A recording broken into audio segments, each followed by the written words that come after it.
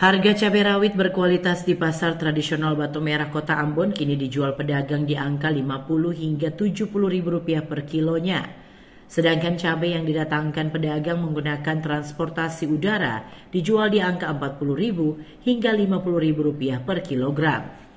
Harga cabai datang ke pasar Kota Ambon menggunakan kapal Pelni kini dijual pedagang di angka 25 ribu hingga 35 ribu rupiah per kilogram. Pedagang cabai di pasar tradisional Batu Merah Kota Ambon memprediksi harga cabai mengalami kenaikan menjelang hari Natal dan Tahun Baru.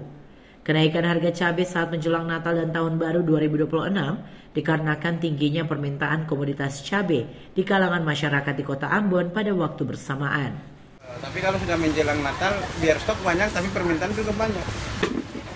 Jadi taksi naik berapa persen kira-kira ini ya? Naik sampai 80% bisa. Jadi setiap tahun begitu pas.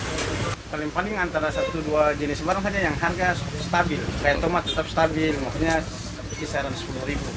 Tapi kalau cili-cili itu tetap dia melambung. Sementara harga komoditas cabai keriting kini mengalami penurunan drastis di pasar Kota Ambon. Harga cabai keriting dijual pedagang di angka 15.000 hingga 20.000 rupiah per kilogram.